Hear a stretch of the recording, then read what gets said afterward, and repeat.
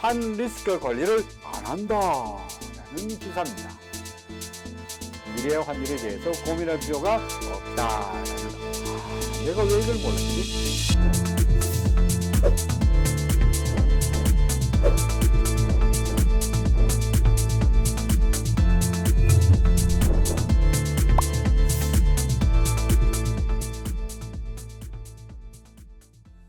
네, 안녕하세요. 김중근입니다.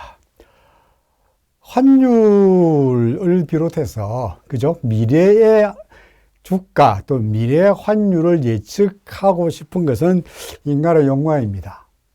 미래의 주가가 어떻게 될 건지, 미래의 환율이 어떻게 될 건지 우리가 미리 알 수만 있다면 상당히 큰 수익을 낼 수 있을 것이고, 그죠? 최소한 손해도 안 볼 것이고, 뭐 이렇게 되겠죠, 그죠?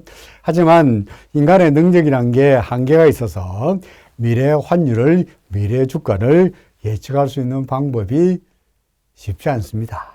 하지만 인간이란 게 끝없이 무언가를 얻어내리기 위해서 노력하다 보니까 미래의 환율을 예측하는 여러 가지 기법들이 조금씩 개발되어 있습니다. 100% 맞다라고 말할 수는 없습니다만은 상당히 높은 확률로 미래의 환율을 예측하는 방법도 있다는 이야기죠. 자, 그래서 이번 시간에는 미래의 환율을 예측하는 방법에 대해서 차근차근 알아보고자 합니다. 우리가 사실은 지난 시간에 또 다른 영상에서 미래의 환율을 예측하는 방법에 대해서 여러분들에게 설명한 바가 있습니다.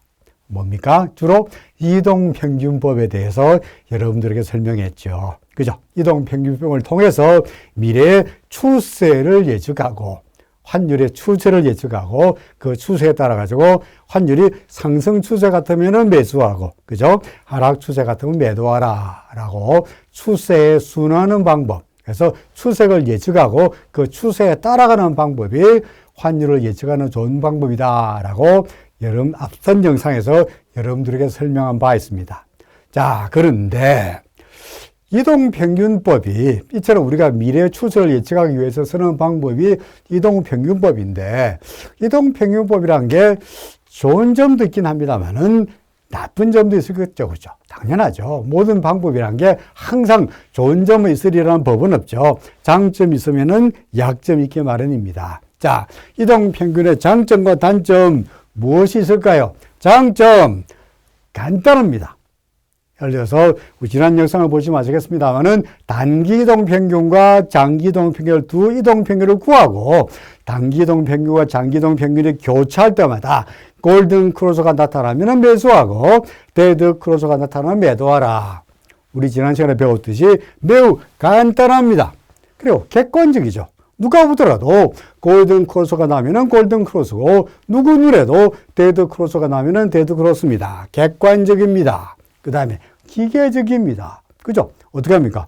골든 크로스가 나타나면은 골든 크로스, 그죠? 아시죠?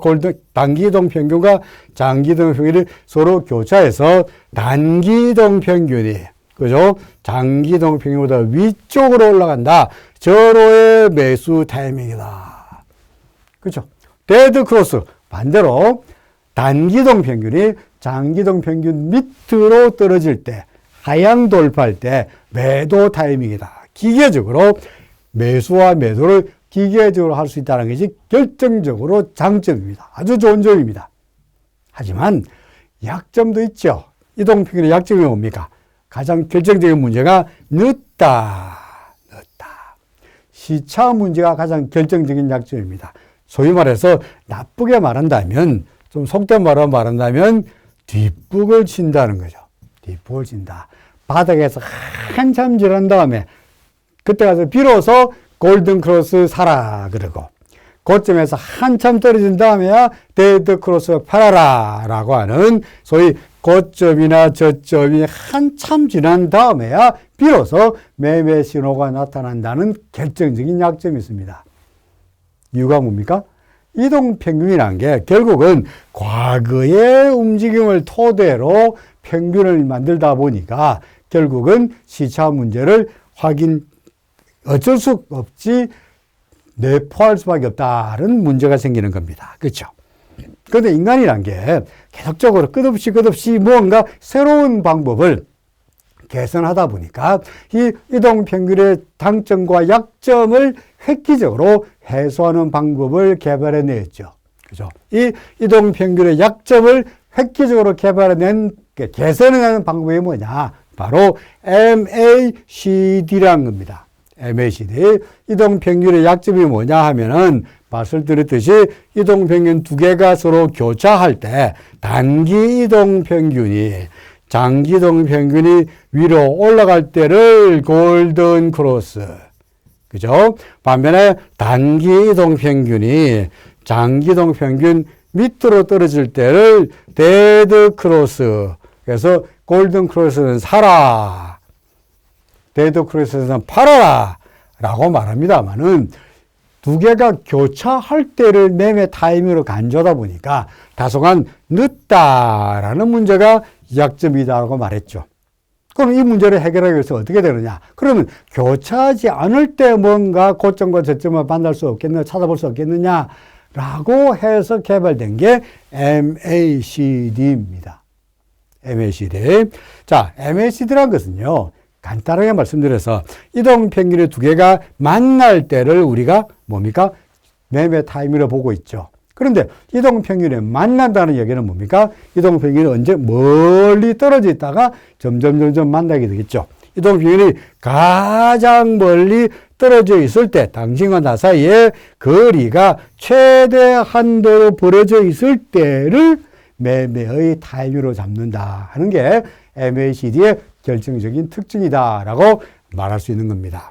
우리가 불교 용어로 회자 정리라 그러죠.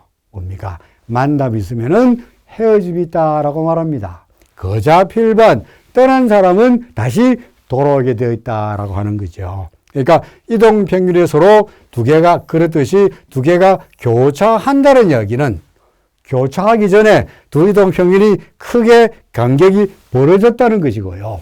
이렇게 간격이 서로 벌어졌다는 이야기는 조만간 다시 어떻게 됩니까? 다시 만나게 되어 있다는 이야기죠.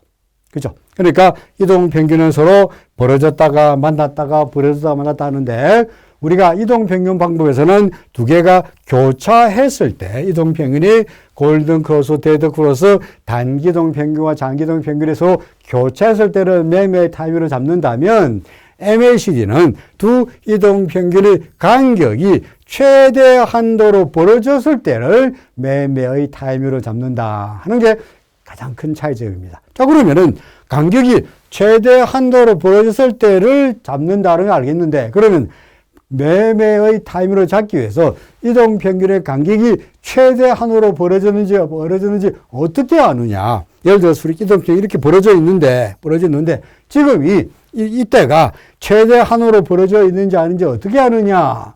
MACD 기법을 만든 사람이 제럴드 아펠이라는 사람이었는데요. 이 제럴드 아펠은 이동평균의 이 두 개가 가장 벌어져 있을 때 이 이동평균의 뭡니까? 차이를 계산했습니다. 이동평균의 차이를 계산했습니다. 이 이동평균의 차이, 단기 이동평균과 장기 이동평균의 차이를 MACD라 그랬고요. MACD라 그랬고요. 이 MACD를 평균을 내서 이 이동평균의 차이를 내고 이걸 MACD라 그러는데, 이 MACD를 다시 한번 평균을 내가지고 이 MACD와 MACD의 평균이 서로 만나고 헤어질 때를 매매의 타임으로 잡았죠. 말로 하기 좀 어려우니까 그림으로 보겠습니다. 자, 보겠습니다. 자, 여기에 보면은 파란 색깔로 나와 있는 게 이게 장기 이동 평균이고요. 그죠? 그 다음에 빨간 색깔로 나와 있는 게 이게 단기 이동 평균입니다. 그래서 단기 이동 평균과 장기 이동 평균이 서로 만날 때, 그죠? 두 개가 만날 때를 우리가 매매의 타임으로 잡았죠. 그죠? 잘 보시면은, 자, 여기가 매도 S, 매도 셀, 그리고 매수, 매입, 바이, 그리고 다시 매도, 매수라고 했는데, 물론 그렇게도 크게 손해는 아닙니다만 괜찮습니다만은, 잘 보시면 우리가 여기서 사라고 하는데 실제로 바닥은 여기가 바닥이었죠. 그죠? 그죠? 매도는 우리가 여기서 매도하라고 그러는데 실제로는 그보다 훨씬 더 높은 점이 고점이었지 않습니까? 그래서 이동평균이 만날 때가 아니고 두 이동평균의 차이가 최대한도로 되었을 때, 또 이동평균의 차이가 최대한도로 되었을 때를 평균을 내는 것을 우리가 MACD라고 하는데, 이 MACD에 따르면은 여기 지금 색깔이 화살표가 나와 있습니다만은 파란 화살표과, 그러니까 파란 선과 빨간 선이 있는데, 파란 선이 이게 MACD고요. 그죠? 그리고 빨간 선이 그 MACD의 다시 한번 평균이 되겠습니다. 그래서 복잡하게 생각할 것 없이 이 두 선이 빨간 선과 파란 선이 서로 만날 때를 매매의 타이밍으로 잡으면, 예를 들어서 여기를 매도의 타이밍으로 잡고 있죠. 그러면은 이동평균의 매도 타이밍보다 훨씬 더 이전에 매도하라고 그러죠. 자, 매수의 경우에도 여기서 매수하라 그러죠. 이동평균보다도 훨씬 더 앞에서 매수하라 그러죠. 그죠? 또 볼까요? 여기 경우에도 마찬가지입니다. 예를 들어서 여기가 매도 타이밍인데 이동평균의 경우에 이보다 훨씬 더 늦게 매도의 타이밍으로 말하고 있잖아요. 그러니까 MACD는 이동평균이 가지고 있는 시차 문제를 최대한도로 극복하기 위해서 만든 거다. 복잡하게 설명할 것 없이 간단하게 말해서 어떻게 합니까? MACD 라인과 파란 라인과 빨간 라인이 서로 만날 때를 매매의 타이밍으로 잡으면 그것이 이동평균의 골든 크로스, 데드 크로스보다는 훨씬 더 빨리, 그리고 시장을 정확하게 좀 더 빠르게 예측할 수 있다가 되겠습니다. 그죠? 자, 예를 들어서 또 다른 예를 보겠습니다. 이거는 그 엔화드 원화 환율입니다. 달러드 원화 환율뿐만 아니고 엔화드 원화 환율의 경우도 마찬가지입니다. 자, 볼까요? 예를 들어서 여기가 이동평균에서의 매도 타이밍이라고 한다면 MACD는 그보다 조금 앞에서 매도 타이밍을 말하고 있죠. 그죠? 여기 경우나 매수의 경우에도 여기가 이동평균에서 매수하라 그럽니다만은 실제로 MACD는 그보다 훨씬 더 앞에서 매수하라 그러죠. 매도의 경우도 마찬가지입니다. 조금 더 빠르죠. 그죠? 그죠? 여기 또 매수. 그죠?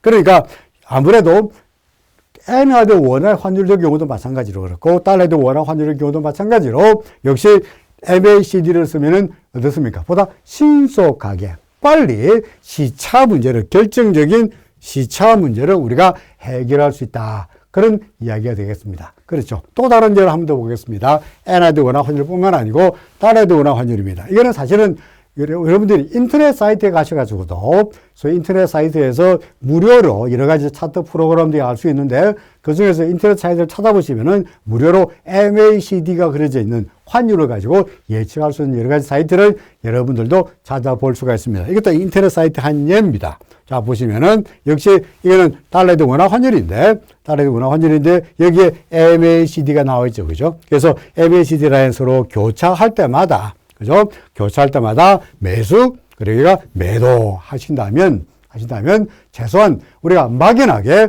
앞으로 달러가 어떻게 될 것인가, 엔화가 어떻게 될 것인가 라고 막연하게 추측하기보다는 소위 추세를 이용해서 보다 정확하게 앞날을 예측할 수 있지 않겠냐 하는 이야기가 되겠습니다. 이번 시간에는 추세를 이용해서 환율을 예측하는 방법에 대해서 배워봤는데 이동평균의 약점을 좀 더 개선한 MACD에 대해서 살펴보았습니다. 여러분들 수고 많으셨습니다. 다음 시간에 뵙겠습니다. 이번 시간 학습한 내용에 대해 정리해 보겠습니다. 이동평균법은 간단하고 객관적이며 기계적이어서 간편하다는 장점이 있지만 과거의 움직임을 토대로 평균을 산출하기 때문에 시차에 문제가 있습니다. 이러한 단점을 해결하기 위한 방법이 MACD입니다.